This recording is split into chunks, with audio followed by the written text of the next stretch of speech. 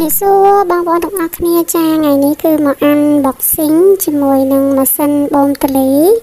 ចាដែលមានរូបរាងរាងទូចាសួរមែនតើ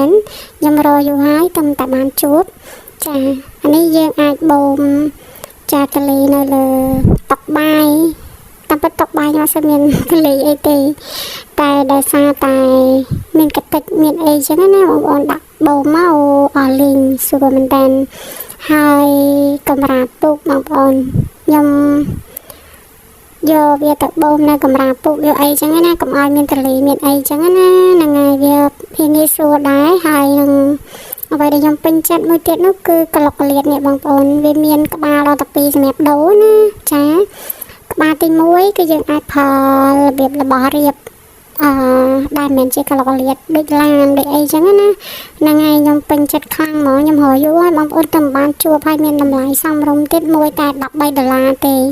តែគេគិតថ្លៃសេវាផ្សេងចឹងណាចា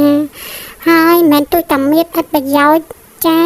អត់ដោយដីអីណាបងប្អូនណាបងខាប់ដូចតែគ្រឿងចឹងល្អប៉ាគេមែនអូខេទូចតែមៀតណាចាឥឡូវនេះមកអាន boxing អីវ៉ាន់មួយទៀតបងប្អូនចានេះគឺជាម៉ៃចាដែលខ្ញុំបានកំងគេយកមកសាកចាមានអីល្អតាមបងប្អូនចាដោយសារមួយរយៈហ្នឹងខ្ញុំត្រូវការម៉ៃដើម្បីសម្ភាសគេនិយាយលេងជាមួយនឹងអ្នកលក់អីវ៉ាន់អីចឹងចាកុំឲ្យខាតគឺយើងកំងមកគូមកគេមួយយើងមួយស្នុកនិយាយគ្នាហ្នឹងហើយបែបថា